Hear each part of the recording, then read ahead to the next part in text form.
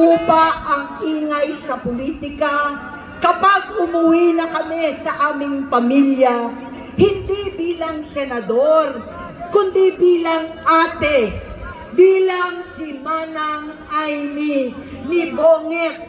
Kaya itong sasabihin sa harap ng taong bayan, sa harap ninyong lahat at sa harap ni Bongbong. Bonget, magtatatlong taon na tayong hindi nagkakausap. 3 taon ko nang sinusubukan muli na ako'y pakinggan.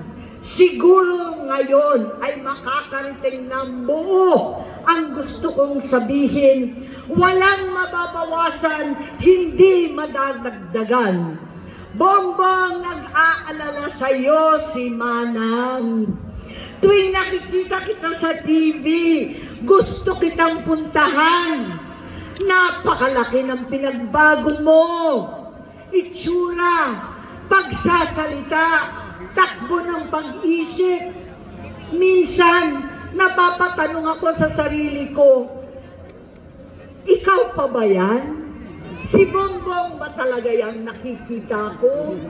Pero ako, ading ko, ako pa rin ito. Ako pa rin ang ate mo na tumayong ama't ina sa inyo sa ibang bansa. Ang kasama no sa sumubok na sanggain lahat ng sakit para sa iyo.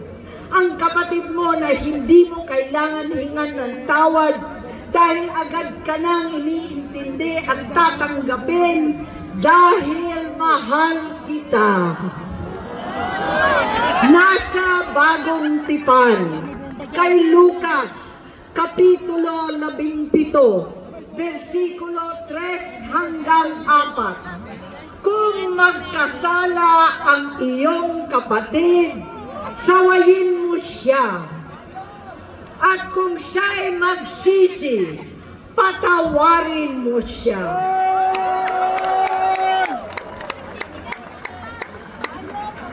Tama na, ading ko.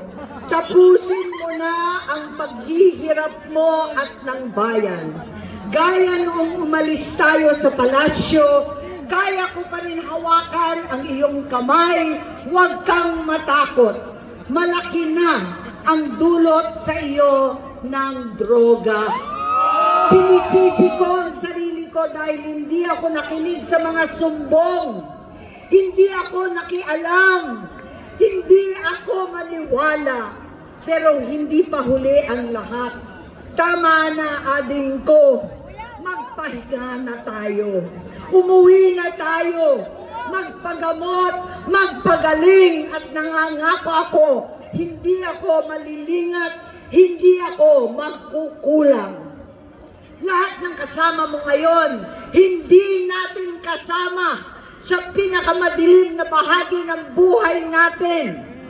Kasama mo sila ngayon dahil nasa taas ka pa.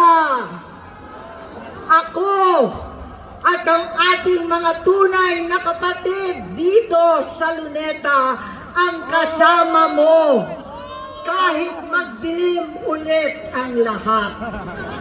Talikuran mo ang iniisip at ibinubulong nilang ambisyon. Unahin na natin ang kalusugan mo dahil sa adiksyon nabigyan mo ng malubhang karamdaman ang buong bansang Pilipino.